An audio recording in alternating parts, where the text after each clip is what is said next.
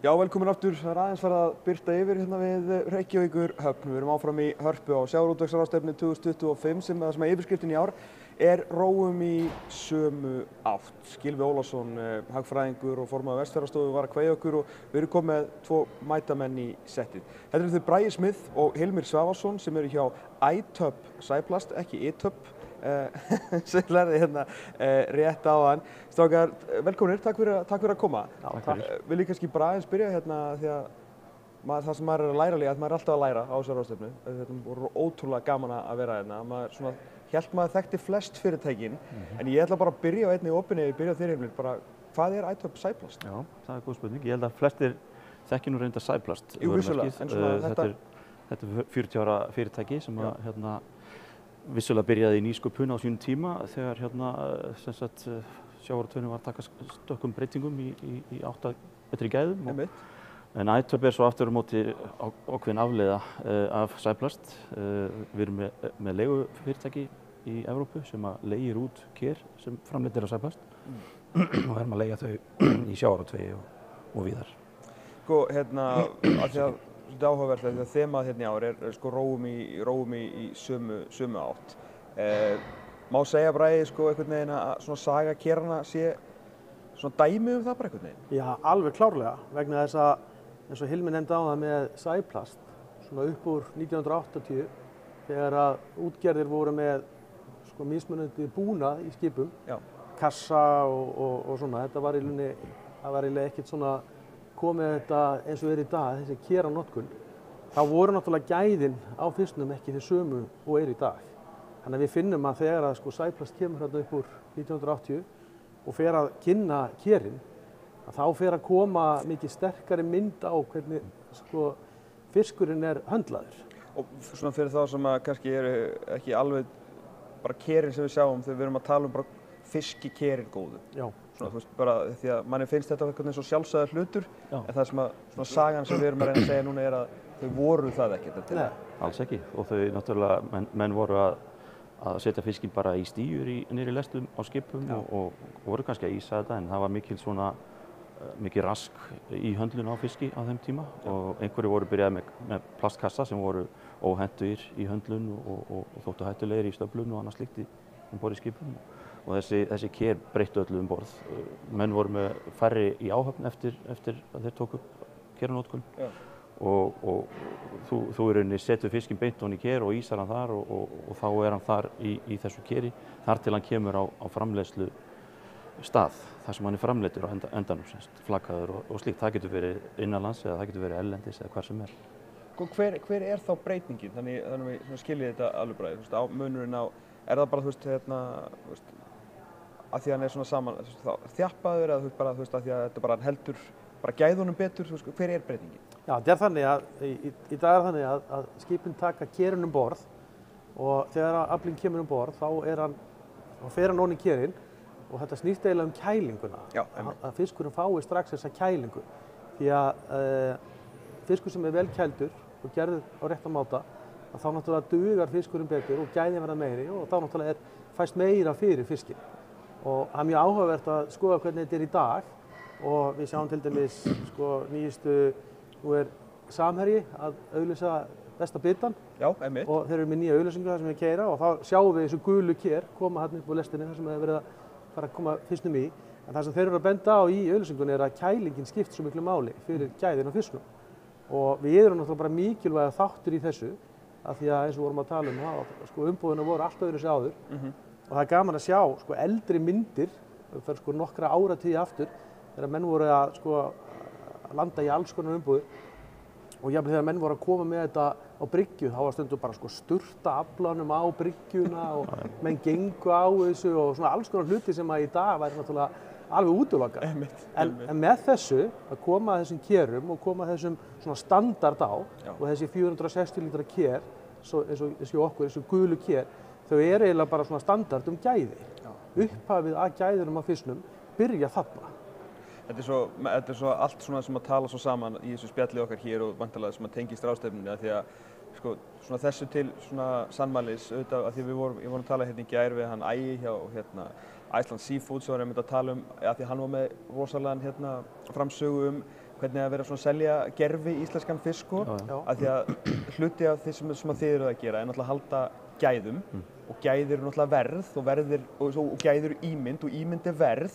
Þannig að þetta er rosalega merkilegt og náttúrulega mjög svo augljósa staðreynd að við erum hér ein út í Ballarhafi, þannig að fiskur sem að fer í burtu, hann er ekki kominn bara á korteri sko. Þetta er náttúrulega ótrúlega mikilvægt fyrir okkur.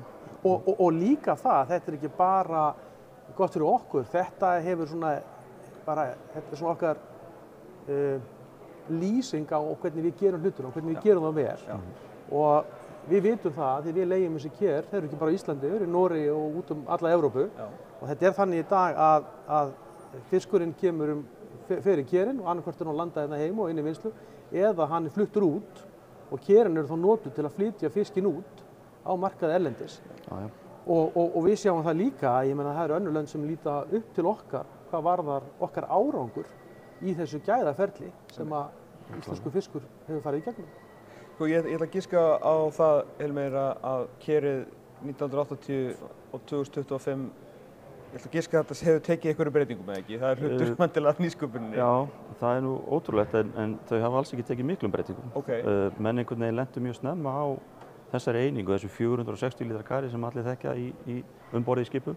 Er einhver skemmtileg saga á bakvið þá stærð eða var bara einhver sem að sagði af hverju ekki 460? Já, ég held að við byrjum vissulega aðeins í dýpri kerum og hérna svo á endanum þóttu menn finna það að gæðin voru ekki nægilega góð og tóku upp grinnri ker og einhvern veginn, þeir hafa farið í enn grinnri ker líka en þá er þetta einhver spurning um hagræði, hagkvæmni í meðhöndlun, hversu margar einingar þú ert að höndla í löndun og slíkt og svo þá gæðin og menn virðast hafa komið niður á þessa stærð og hún er einhvern veginn gegnum gangandi í þessum iðnaði. Við erum að sjá í bæði á Íslandi og í Noregi og í Færeyjum, þar er þessi eining ráðandi og nánast orðin svona staðall í þessu sem við köllum on-board handling sem er þá bara höndlun borð í skipum.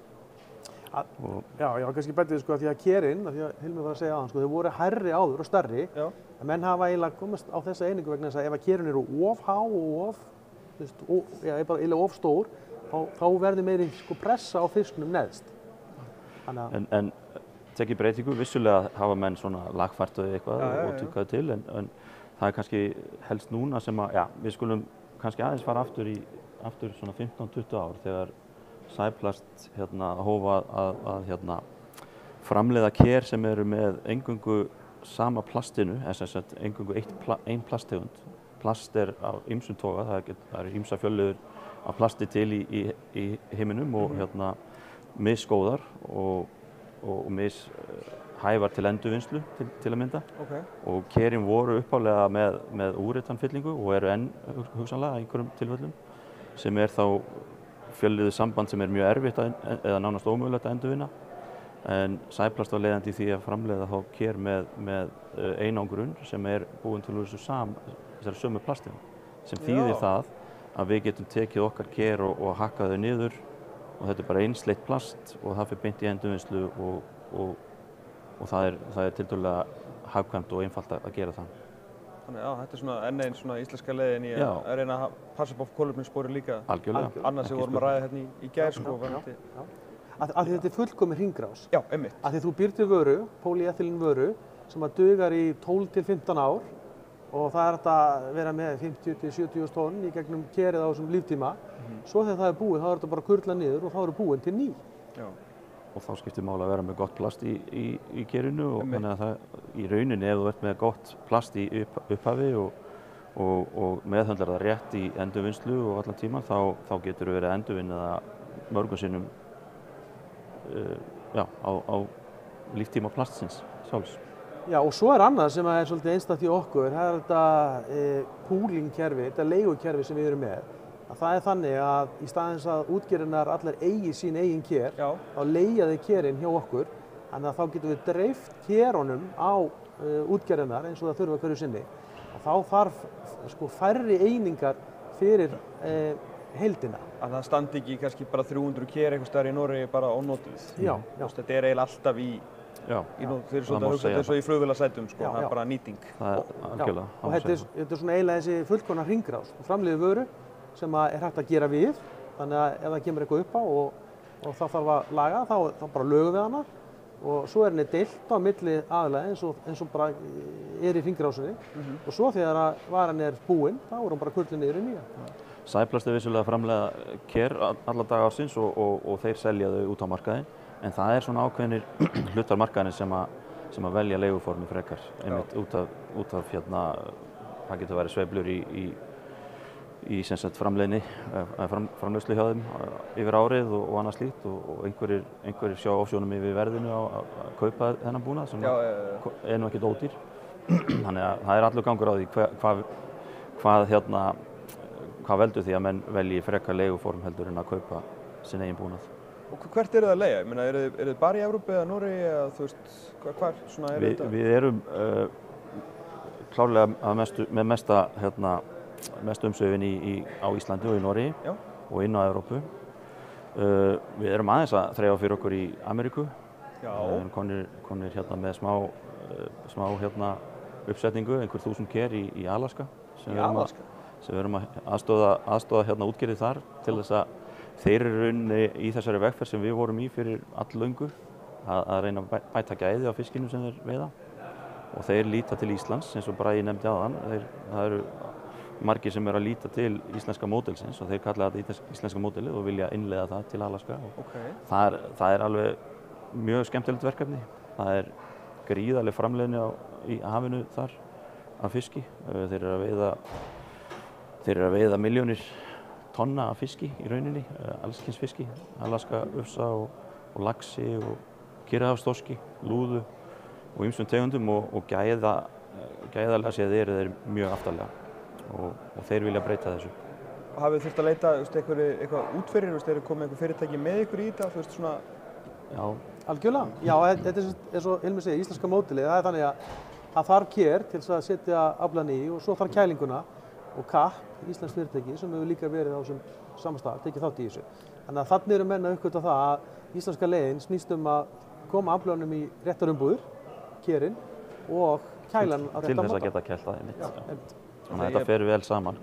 Kælingin þeirra hjá Kapp og svo kerinn hjá okkur Sæflast hættu. Maður er einhvern veginn haldið að menn í Alaska hefur nú bara getað hendur sér næsta snjóskap sko, en það er vantarlega kannski svona betra til útflutnings. En þeir eru svolítið fastir í því að vinnslan hefur farið fram upp í Alaska af risastórum fyrirtækjum sem vilja bara fá eins mikið magn inn til sín eins og hægt er og vinna það rætt og vel og svo er bara slökkt á ofnunum og farið í pásu þess á milli.